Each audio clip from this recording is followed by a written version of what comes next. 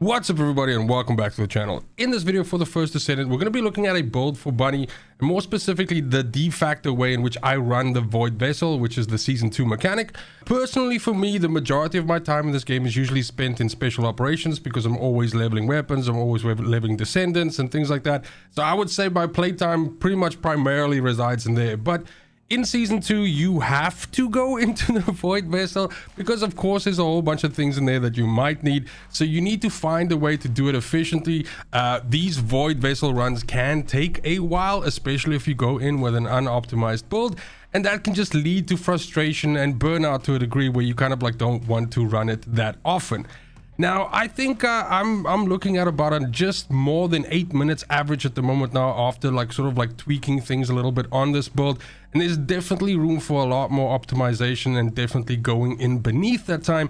But even 8 minutes a pop is already really good and a lot better than what I was experiencing before when I was trying to run it with characters like Freyna and so on. Does it mean that Bunny is the best Descendant to run the Void Vessel? Yes and no, depending on your perspectives. Personally, for me, I think her playstyle and her movement and her skill set and everything like that makes her very good for Void Vessel. But there's of course other Descendants that can do just as well. And I think as long as you have a Descendant that has reasonably decent mobility, has good AoE clear, and has okay-ish survivability, you should be good to go. And that pretty much, describes a shitload of Descendants. That being said, we are going to look at Bunny today. So we're going to do the whole shebang. We'll talk about weapons, external components, and Reactor and all of that.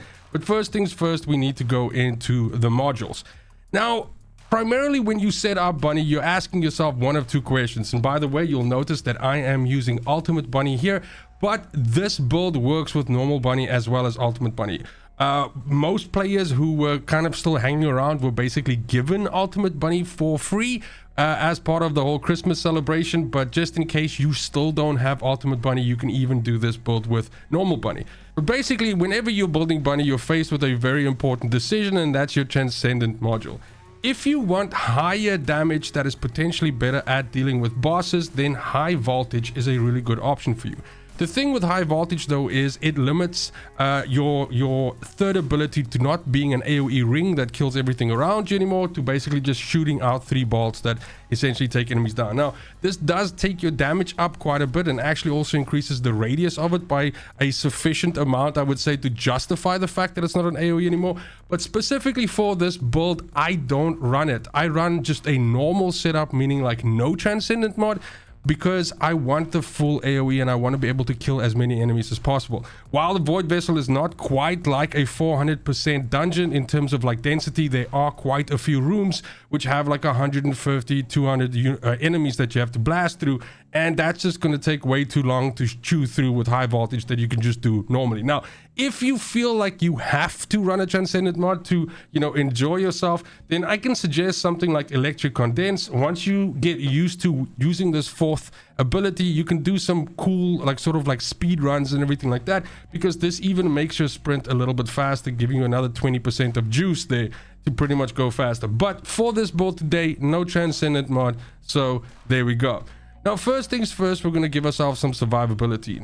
Again, the Void Vessel is not what I would consider terribly difficult content, but with things like this where you are trying to go fast, where you are trying to be very, very efficient, dying and going down obviously destroys your efficiency and makes the timer take way longer.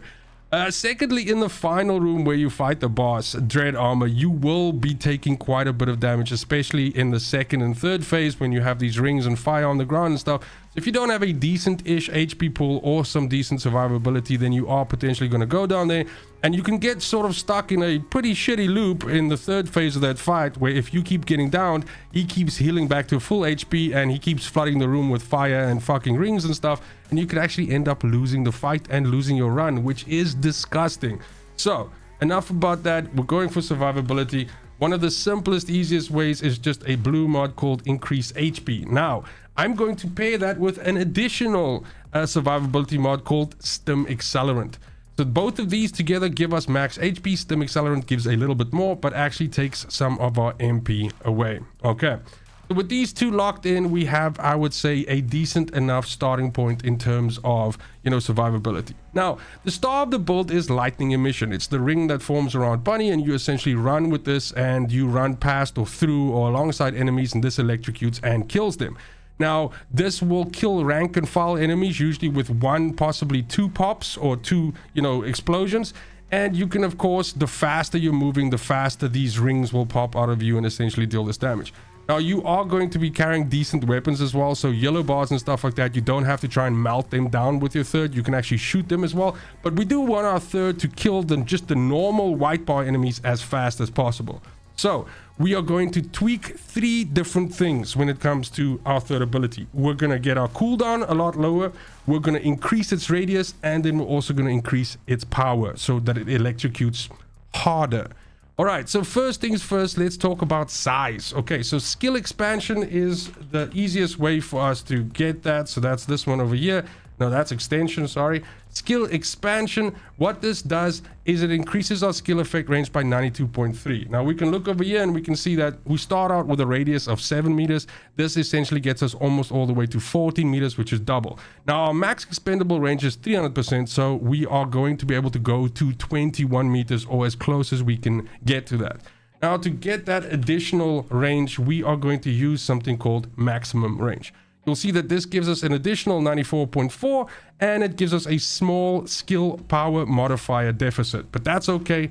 We'll still be dealing plenty of damage. Now you'll see that our radius is 20.1, so we're very close to the max, and this is a good place for us to be in. And this is going to make that ring pretty big so that you can kind of like cover big parts of the room by just sort of like running in between, the corners, or making like a big circle, or something like that.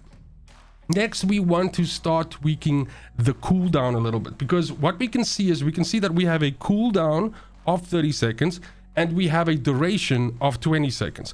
Now, if we leave it just like this, it's going to mean that we're going to have 10 seconds of no 3. And that's no good, because 3 is the primary way in which we chew through ads.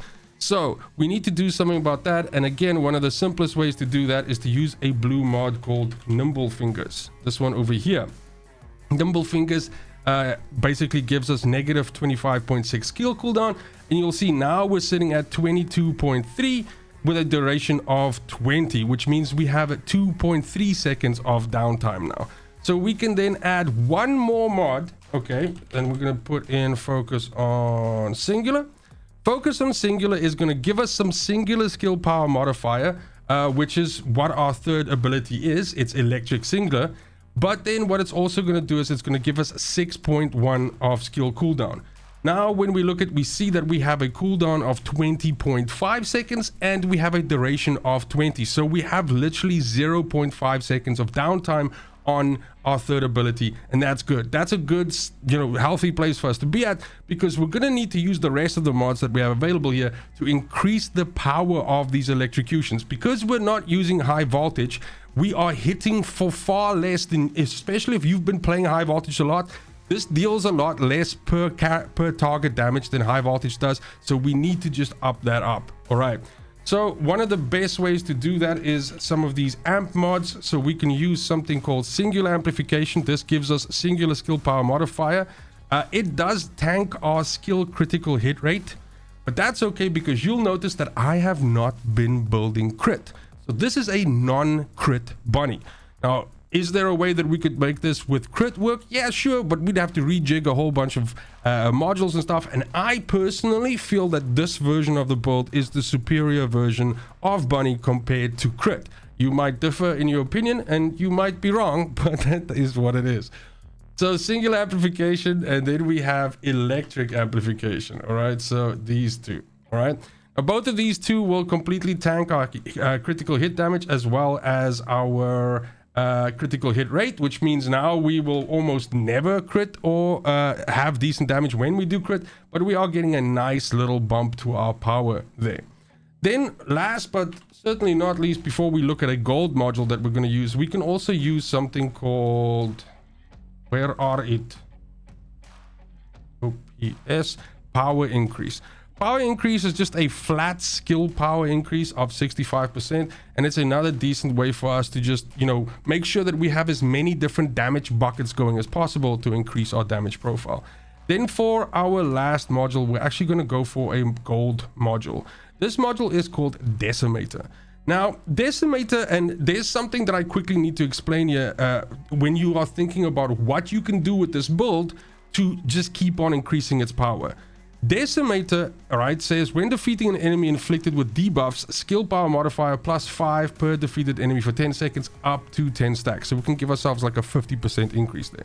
Now, the point is that if you are one-tapping enemies, okay, then Decimator ain't that great, because you aren't going to be killing enemies that are afflicted by something because they're dying from the first hit.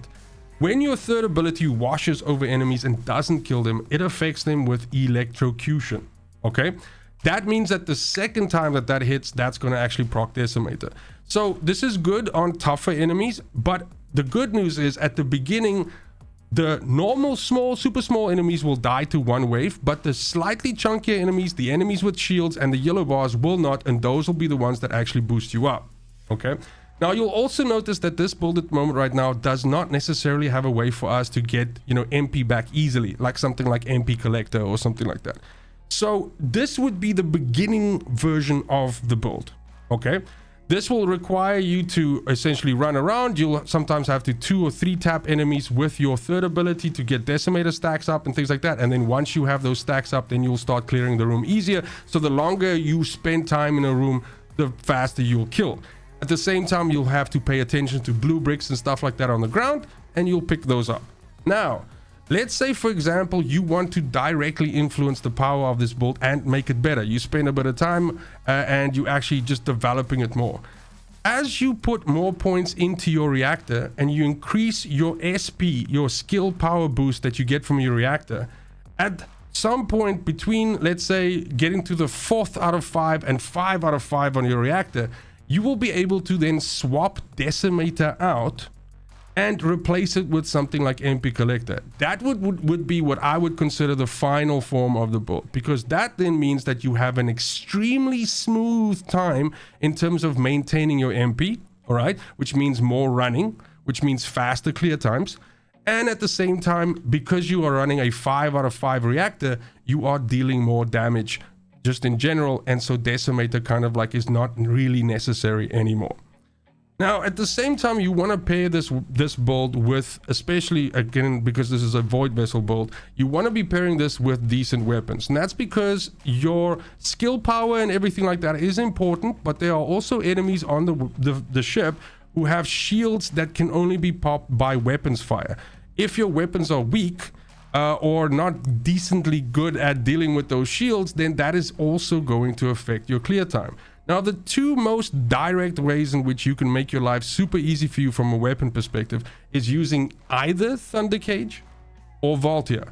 Now, Voltia is a little bit of a pay-to-win weapon since it kind of like sits behind a battle pass, and that's why I've suggested Thunder Cage as well. But both of these weapons give me relatively the same clear speeds, all right? Now, I'm just going to flash the builds so that you can take a screenshot or something if you want, but bear in mind I do also have dedicated build videos for both of these weapons on the channel in case you want to see those, all right? But specifically with the Thunder Cage, I use this crit build, okay, on the Thunder Cage. What makes the Thunder Cage so good on the ship is its unique ability. When it pops and makes that AoE, that wipes out all of the shields around the shield that you're shooting as well. So this is really, really good at clearing up enemies and essentially just cleaning them out with the Thunder Cage, plus the fact that the weapon is no slouch and actually also deals a whole bunch of damage. What works really well is to activate your third ability and then start popping the shields. And as soon as you pop the shields and the little enemies come out from inside the shields, they get fried by your electricity, which is just a fantastic combo. Now, in case you want to use something different to the Thunder Cage, I do run into the odd person every once in a while that just absolutely does not like the Thunder Cage. Then there's also Voltia. Voltia is a beam rifle that was introduced in Season 2, as I said, in the Season Pass. And what makes this so good is its unique ability is perfectly suited for popping those shields, since it deals additional damage to those shields. And this is a beam rifle that actually chains. So it's doing AoE while you're shooting, because it's chaining onto the next enemies down the line who also potentially have shields in them, and will also get their shields ripped off by this.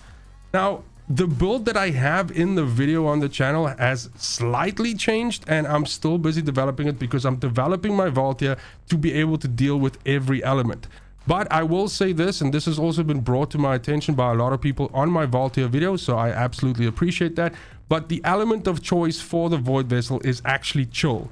So what you ideally want on yours is chill enhancement and chill circulation, right? If you have those, then it's perfectly suited for the Void Vessel. The only thing is I started with heat, and I've put chill on now as well. I'm busy with toxic, so I'm basically gearing up these last two cells to be flex cells so that I can swap them around and essentially have this vault here work on any element. But again, just to summarize, if you're building one version of this build, go ahead and put chill in, because that's what's best for Void Vessel right now. That might change in the future if other species and shit or whatever come into the Void Vessel, but for now, this is the way you want to go.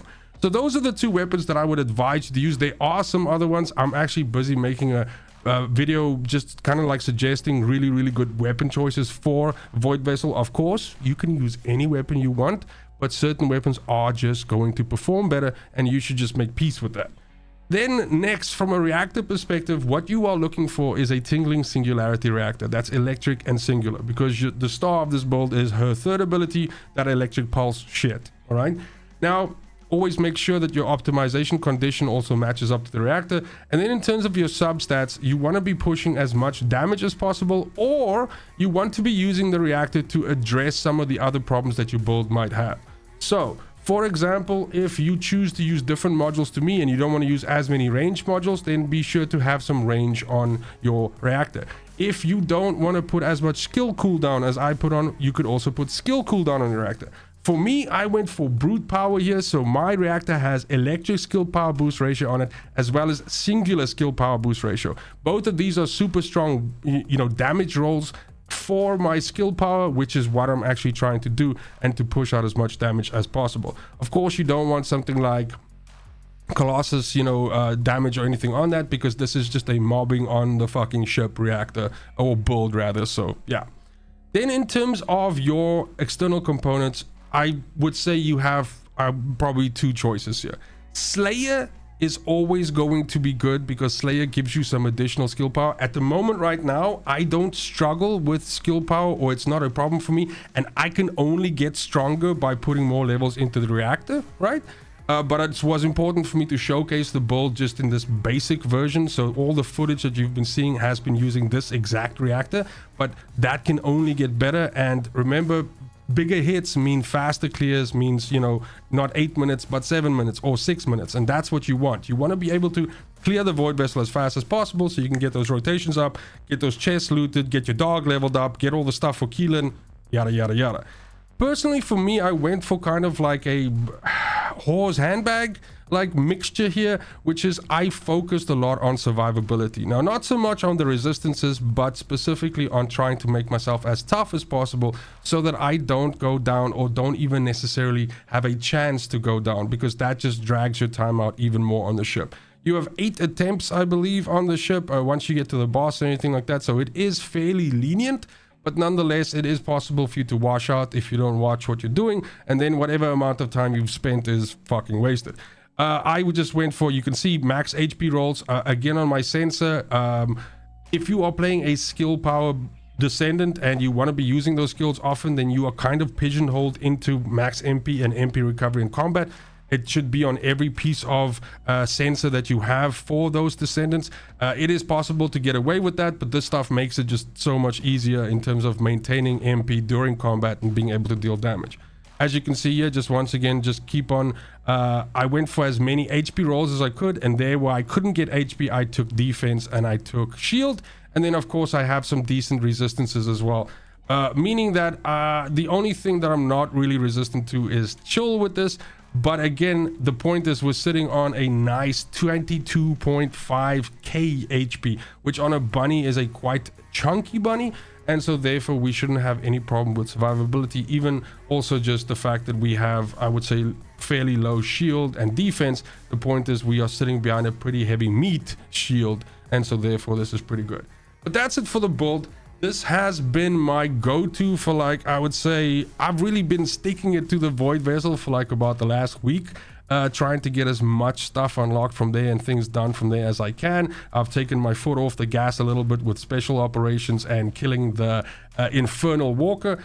And so it's possible that I might do some additional build videos for other Descendants who are also good, but for now I just want, you know, the easiest way forward, and this bunny build absolutely is that, because it just breezes through the void vessel and it does it fast and efficient, which is two of my favorite things when it comes to builds. Thank you very much for watching. As I said, the support's been fantastic. I appreciate you, and as always, fucking cheers.